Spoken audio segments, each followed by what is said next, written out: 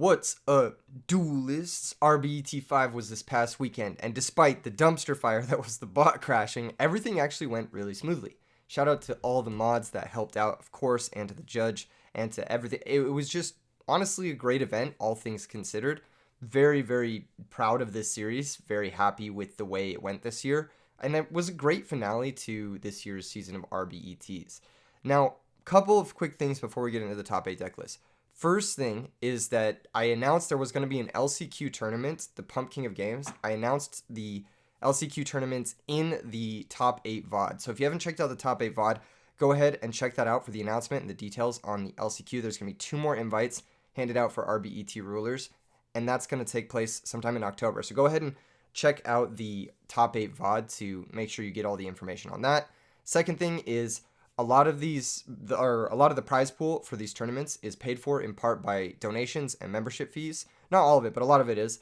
And I'm going to be doing some member-only content in the coming weeks. So if you guys want to become a member, support these types of tournaments, whatnot, it's $2.99 a month. You get a cool badge, you get emotes and stuff. Plus, you're going to get exclusive videos with exclusive decks and whatnot. So definitely consider it if you guys want to help out on that side of things. Of course, like, comment, subscribe, that whole thing. Okay, let's get into the top 8 deck lists. So one thing about RBET5 that was actually vastly different from the previous RBETs is that the metagame was completely homogenized. Almost every single person in the tournament was playing Blackwings, which is rare. And by almost every single person, I mean a lot of people were, which is, I mean, it's understandable. It's a good deck, but I don't think it's by any means the best deck. It's just that almost everyone was playing it for some reason. It was just a Blackwing weekend. 7th place, we had Matt K. There's not really much to say about this list, about lists that we haven't already seen.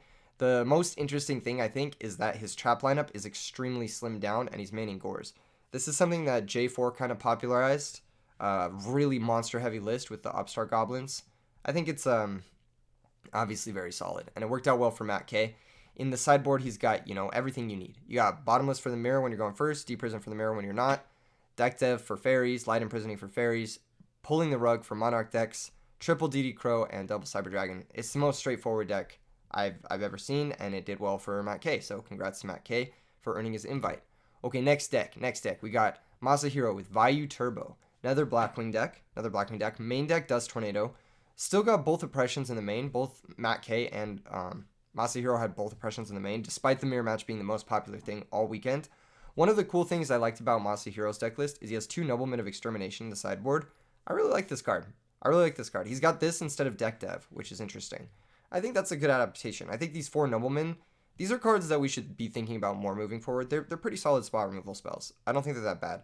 Especially in post-board situations, the value deck doesn't lose to Oppression, which is the one way you get punished for activating Noblemen. People will be siding out their Oppression. So when you play Noblemen, it's almost guaranteedly going to hit something like a Deep Prison or a Bottomless or whatnot. So that's pretty tight. Innovation from him. In the main deck, not much is that different, really. It's pretty straightforward stuff outside of the Dust Tornado. I think it looks pretty straightforward. I think it looks pretty solid. Grand Mole's kind of cool, too. All right, next deck. 5th place. This is the one everyone's talking about, Welly Dad. So this is a deck that kind of was innovated over the last month or so. This is a deck that Control-Alt-Defeat sort of popularized to a degree by showing it to me. And then I took it and made a bunch of videos with it, and Kambama was able to take it to a top 8 finish, which is pretty impressive actually for a brand new deck. While it doesn't look exactly like a brand new deck, I mean, it's pretty similar to like the zombie skeletons that we've seen. It's pretty similar to like the Teledad skeletons that we've seen. It's interesting to see like brand new engines still being found, like the telekinetic plus Grepher engines still being found. I also got the intel from Kambama that after the tournament he would be electing to cut 1 Pyramid Turtle to include either a Deep Prison or go down to 40. That's what he mentioned in the EdisonFormat.com channel. He would make that change after the tournament. The sideboard's really interesting. He's not playing Doom Caliber Knight, which I think is actually one of the best cards to sideboard in this deck. I also think Doom Caliber Knight's really good in this meta. We saw a lot of Doom Caliber Knight actually in the top 16. There was a lot of Doom Caliber Knight. There were a couple Blackwing decks with Doom Caliber Knights in them, so I think Doom Caliber Knight's just really good in the meta. I think it's one of the best cards you can sideboard in this deck too because it lets you go for game through Gores. But it looks like he didn't even really need them. He had Burial in the side, which is a card I'm not a fan of. I don't think this card really brings anything to this deck. But he's also got Giant Trune, which is a card I'd been sleeping on. So this is another way you can just go for OTKs through back row. This deck's OTK potential is ridiculous. Especially on like turn 2, turn 3, you have like a small grave setup. It's pretty easy to find 8,000. It's pretty easy to find 8,000. I think one of the things that people should be looking for moving forward is getting the deck down to 40. You really want to consistently see your power cards like Dark Arm and Dust Shoot and whatnot. So that's definitely something to consider. And then extra deck looks fairly straightforward. He's got a Gaia Knight in there, which is a pretty good inclusion. I think it helps with a couple different OTK setups. Overall, congrats to Kabamwa for bringing something pretty new to the table. Pretty new, pretty underexplored. I think this deck is tight. And I'm happy he got top 8 with it. Okay, next deck. Chaos Hero Beat from Aleph Yatsu. So this is an interesting one. This is another one that a lot of people were talking about. Aleph Yatsu, for those of you who don't know, is a really strong player, but he almost primarily plays GOAT format. Because he almost primarily plays GOAT format, you'll notice his deck kind of looks a lot like a GOAT deck. He's got the 1 breaker, which is funny, ported over from GOAT format. He's got the 3 spy, no additional, ported over from GOAT format. And he's got, Kaiku in the main, DD Warrior Lady in the main, kind of like GOAT format. Very, very, very cool list. I like the 1 Royal Oppression main. This is something I've been doing in Fairies for a very long time. I think it's actually pretty solid because the second one can be a brick. The first one is almost always going to be live to a degree. He's got double Gemini Spark, double E-Call. Interesting ratios. He must really want to start with Stratos. Stratos is basically this format's Pot of Greed, so I can see why he would want to pretty much assuredly start with that. Of course, he's got, Chaos Sorcerer because he's got a large number of Lights and Darks, as well as Allure of Darkness, which is tight. I think that's tight. This is a really cool deck. I think you can make 1 or 2 changes to this deck, and it would become an even better deck, I think. One of the changes I would be thinking about is going to 2 Spies and 1 Guard. I think Guard is very slept on in this meta. I think it's good against Blackwings. I think it's good against, what's that other deck? Vayu Turbo.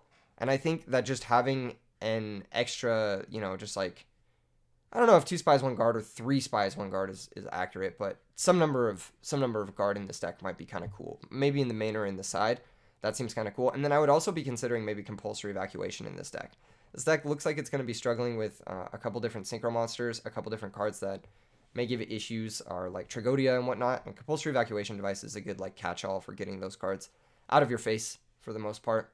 Brain Caius, powerful combo. No tuners to convert off the Brain, but elected to play Brain anyway because it's so powerful with Caius the Shadow Monarch. Can also tribute for Cyber Dragon if you brain something, so it's not completely dead. 1 Morbius in the sideboard. That's a GOAT pick for sure, but pretty based. Also got double Knock in the sideboard, which is funny. Very GOAT-esque deck. And it's cool because we see Alephia, he's a very strong player, and he's bringing cards that he's comfortable with, and it brings him to a 5th place finish in a almost 200-person tournament.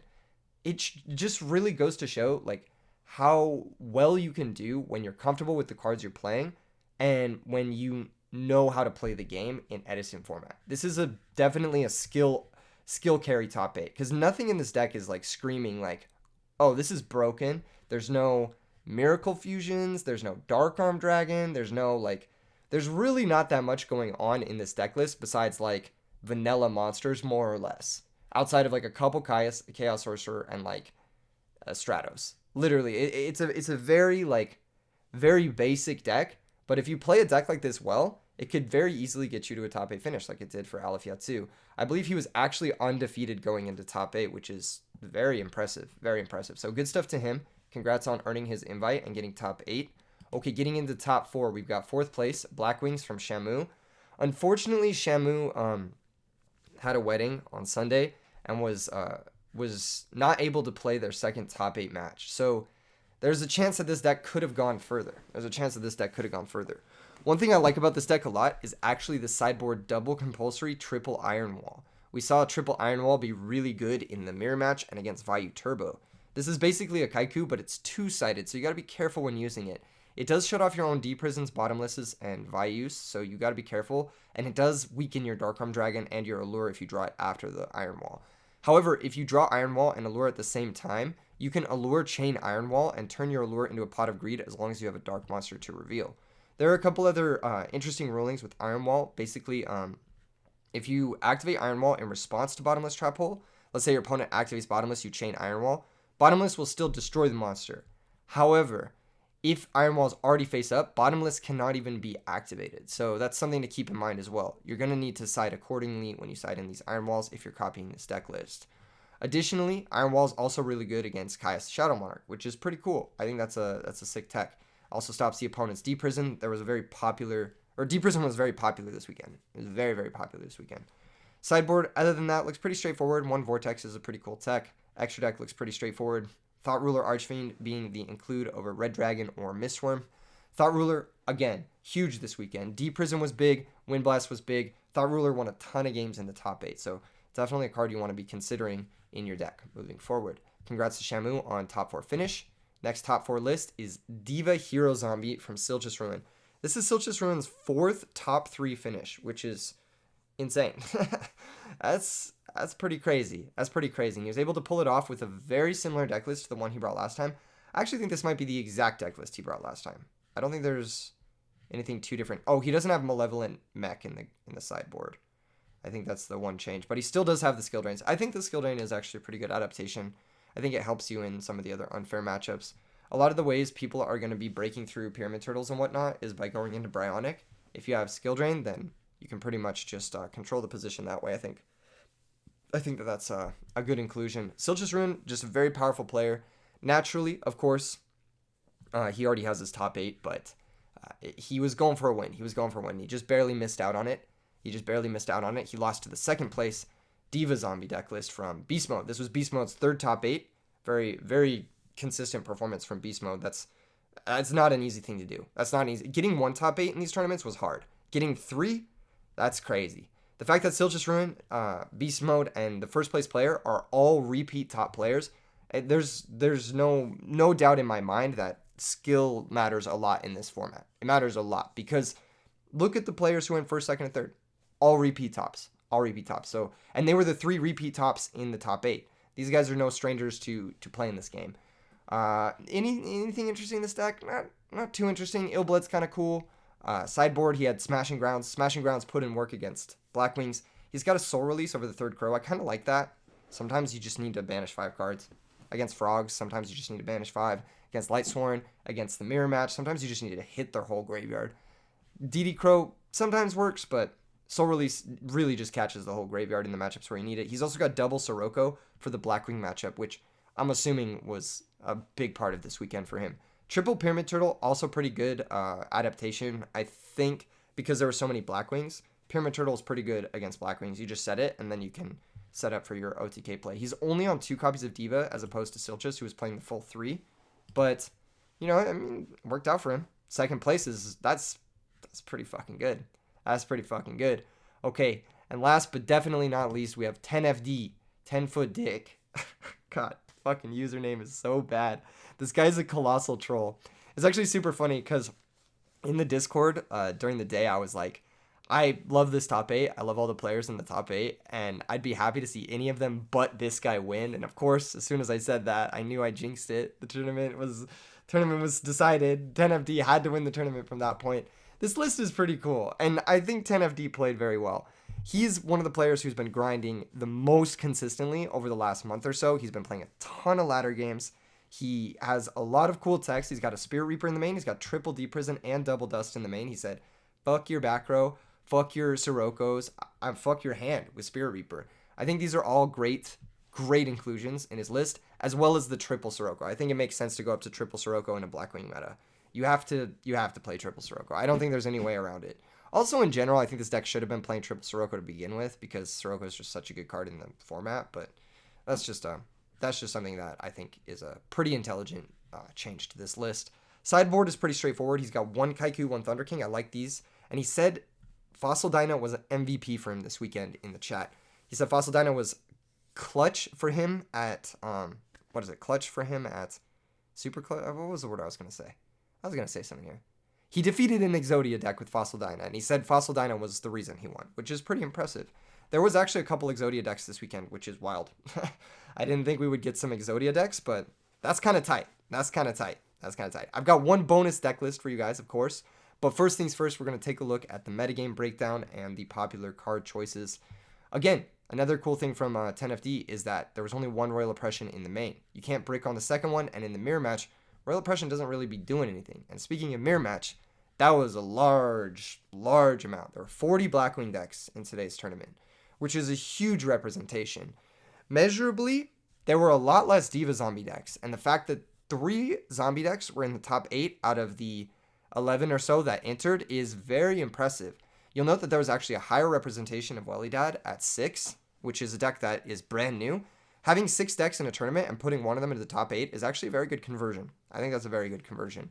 Again, we've got, Lightsworn being the 3rd most popular deck. Lightsworn, one of those decks where, if it's not your weekend, it's not your weekend. It's a really luck-dependent deck. Either you run hot or you don't, and this weekend, none of the Lightsworn players did particularly well with it. I think there was maybe one in the top 32 or so, which is, that's not a great conversion rate, Next most popular deck, Diva Zombies, Hero Beat at 9, Fairy at 8. There were actually 8 Fairy players. We didn't get to catch any of the Fairy players on camera, and I didn't talk to anyone who was playing Fairy this weekend, so I'm not really sure. I don't know if anyone who was playing Fairy this weekend has any replays they want to send me. I would be down to take a look at them, check them out. Pretty interesting that there was 8 copies of Fairy in this week, and none of them really converted. Kind of sad. Maybe the deck isn't all that. Maybe the players fucked up a lot. I don't know. We saw a lot of messy play in top 16, top 8, so there's potential that people just aren't good at this format yet. That's literally, people like Alefiad topping with 40 random GOAT format cards is kind of a testament to the fact that everyone who's playing this format is a little bit casual. Let's be real. Gladiator Beast, next most represented deck. Welly Dad, of course. Hero Frog, and then Quick Draw Plant. Man, this is a heartbreaker. 4 people out of 190 are playing Quick Draw Plant. Really? Come on, guys. Quick Draw is a sick deck. It's a fun deck to watch on coverage. It's a good deck. I don't think it's bad into the field. I actually think Quick Draw is pretty good against Vayu. I don't know how good it is against Blackwing. I think the matchup's not very favorable, but you can tech for it. You could make it a better matchup. Main deck a Snowman Eater, Add a few cards that help you in the Blackwing matchup. I think, that's kind of sad to see. I think Quick Draw is very good. I think it's very good. I think it's one of the best B tier decks, or best not B tier, A tier decks. I think it's one of the best A tier decks. I think it's as good as, if not better than Lightsworn. So it's kind of sad to see the more skill intensive grindy decks not have the representation as the I'm gonna cheese you decks. But hey, it's to be expected to a degree. We had pretty similar top cards here. One of the things that's changed since previous events is that Kaiku is no longer a top side deck card, which is interesting. I guess it makes sense because if Blackwing is the biggest deck, Blackwing doesn't want to be siding more normal summons that aren't Blackwing monsters. So if Blackwing is the biggest deck, they're not siding Kaiku, then Kaiku's not going to be a top sideboard card. That's pretty much why it's not hitting the data points here. We have a couple new ones here. I think we have Deck Devastation Virus, which makes sense. If Blackwing is the biggest deck, then that makes sense. In the main deck, most played card this weekend was Bottomless Trap Hole. Usually it's Bottomless Trap Hole or Caius the Shadow Monarch. It's usually between these two. These are 2 of the most played cards. Keep in mind that a lot of these cards that are being played are, just generic cards that make it into, I don't know where I'm going with this. Let's get into the bonus deck list. This is a 17th place Flamvel Cat deck list from Dre Z. This deck list is really cute. I like this deck list a lot. I think there's some cool adaptations here. He's minimized his bricks. He's down to 2 Airbellum, 2 Magician, 2 Rekindling. So only 6 really bad early game bricks as well as 1 Avarice. And then he's got 2 Legacy of Yatagarasu. I think Legacy, Jar of Greed, these are not bad cards. We saw Yomero top 8 deck Devastators with 2 Jar of Greed in his main deck. I think moving forward, as a way to having counters to Raikou and stuff, playing a couple of these isn't too bad. You can force people to activate their Raikou on your draw spells, or draw traps in this case, and you can get +1s that way, which is really nice. It's actually really nice. I think that's a very interesting inclusion. I like it a little bit better than something like Upstart Goblin in this deck because you can choose, you can get pluses off of this basically, whereas Upstart Goblin you can't really get pluses off of. In the sideboard, I found it very interesting. He sided an extra Chimera Tech for the machine matchup as well as 2 system downs. So he's very prepared for machines. And then he was also siding a Royal Oppression despite having a deck that really relies on special summoning. He has at least, 2 Rekindling, Rescue Cat Monk, Double Hamster, and then, of course, no, that's it, really. That's it. Chaos Sorcerer, yeah. Chaos Sorcerer double Cyber Dragon. Yeah, no, that's not it, actually. That's not it. He has like a bajillion cards as special summon, so you got to be careful of using this Royal Oppression. But very interesting that he has it alongside Trap Stun instead of Cold Wave. One of the cards that you normally see a lot of in these cat decks is Cold Wave. The fact that he's not even playing it at all is very interesting. It probably has something to do with the fact that he's playing Rekindling. He wants a sweeper that he can play before he activates Rekindling. Unfortunately, you can't Cold Wave and Rekindling in the same turn, so it becomes a little bit awkward. I can see why he maybe elected not to play Cold Wave in this deck. 2 Consecrated Light probably helped him against a lot of Blackwings, and yeah, I mean, this is just a tight deck. This is a really cool deck list. It's cool to see a deck that, like, I think sucks, do pretty well. So, I mean, that's sick. In any case, thanks again, guys, for RBET this year. Really amazing tournament series. We came together as a community. You guys are really great. You guys are really cool, and I'm very thankful to have spent 5 weekends with you guys this weekend or this year, and I don't know. I'm just really grateful. I never thought that this would be what it is today. Like, to the point where I had heard during the stream that there was an Edison side event announced at an LA regional, and 100 players showed up. 100 people showed up to a regional to play Edison, which is crazy. I'm going to tell you guys this. I'm going to be at YCS Pasadena. I am going to be playing Edison. If you guys want to get some Edison games with me at YCS Pasadena, make sure and come through. I will see you guys there, and I'll see you guys in the next video. Peace out, everyone. Much love.